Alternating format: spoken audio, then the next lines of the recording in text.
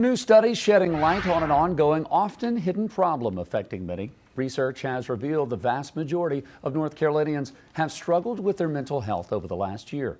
Now we're getting a better idea of how it's impacting their day-to-day lives. Queen City News Chief Business Correspondent Taylor Young joins us now. And Taylor, this is an important topic because mental health isn't necessarily something that we talk about in the workplace. Yeah, and I mean, every day a coworker, we all do it, might ask you, how's your day? How are you doing? How was your weekend? The likely response might be, I'm fine. I did X, Y, and Z. But what this study found actually is that, yeah, the majority of North Carolinians, especially at work, are struggling with their mental health, and that's actually impacting their ability to do their job. Now, in that study conducted by mental health provider ThriveWorks, it found 85% of North Carolinians faced mental health challenges last year, with more than 1/3 dealing with those issues consistently.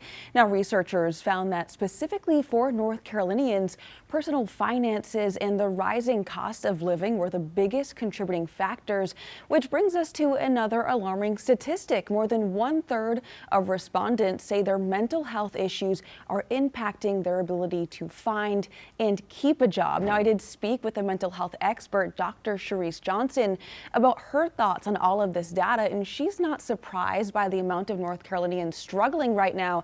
Just this week, she says mental health, especially in the workplace, has been a very popular topic in her sessions with clients. I mean, we are talking about people of all ages.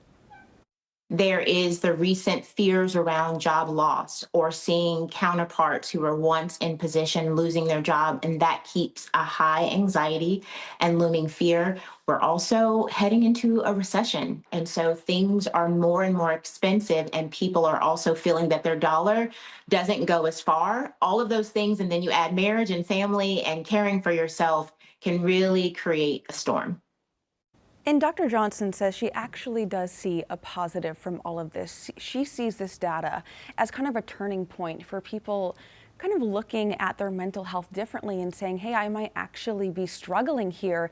And actually, according to that data, it showed that around 50% of the people in that survey said that they would at least consider seeing a therapist in the next year.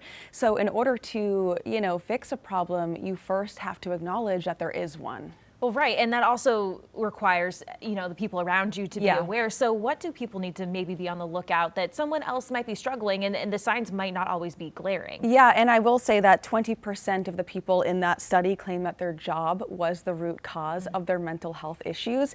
And that can present itself in many signs. It could be headaches, it could be stomach aches, it could be just anxiety about going to work, the inability to fall asleep, and having a hard time doing your job in general. And that, of course, leads to this kind of decline in productivity across the board, which can almost be kind of contagious in a workplace, especially if you're working very closely with your coworkers. So there are a lot of signs out there that maybe you could see in a loved one or a coworker or even yourself. In order for this work-life balance to be successful, the employer, the business, has to be a partner. They do. In this health journey. What are employers doing to kind of get on board? So Dr. Johnson herself actually works with businesses and organizations to kind of plan out their well-being strategies. And she says a big part of that, and I hate to say this, is reminding employers that their staff are humans. So that means checking in on them, kind of creating this welcoming space where people can not only come in and do their job, but we are also people at the same time. And, we've also seen just in the last couple of years that I've been covering business here, visiting a lot of these uptown offices, is we have seen kind of this shift of major companies kind of creating space for their workers, whether that's a gym or a quiet space, maybe a game room. I've even seen a music room where people can go kind of step away and play an instrument.